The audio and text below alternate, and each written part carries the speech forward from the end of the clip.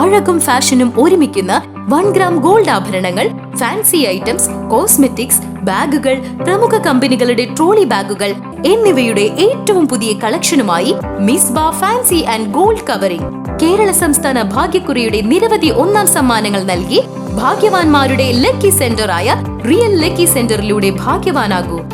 Vadakkanchery block പഞ്ചായത്തിന് 2025-26 സാമ്പത്തിക വർഷത്തെ ഗ്രാന്റിന്റെ അവസാന വിഹിതം നൽകാതെ സർക്കാർ അവഗണിക്കുന്നതായി പരാതി.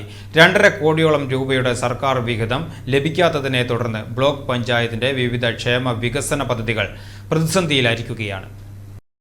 ഫണ്ട് ലഭിക്കാത്തതിനാൽ പ്രത്യേക പരിഗണന അർഹിക്കുന്ന വിദ്യാർത്ഥികളുടെ സ്കോളർഷിപ്പ്, പഠനമുറി നിർമ്മാണം, നെൽകർഷകരുടെ ഉഴവുകൂലി, ക്ഷീര കർഷകർക്കുള്ള വിവിധ സബ്സിഡികൾ തുടങ്ങിയ പദ്ധതികൾ പൂർത്തിയാക്കാൻ കഴിഞ്ഞിട്ടില്ല.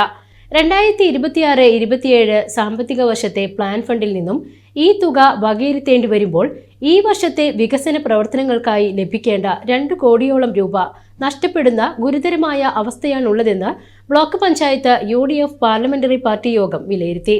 സർക്കാരിന്റെ ഈ നടപടി ജനകീയ പദ്ധതികളെ അട്ടിമറിക്കുന്നതാണെന്ന് parliamentary party leader PI Shanavas അറിയിച്ചു.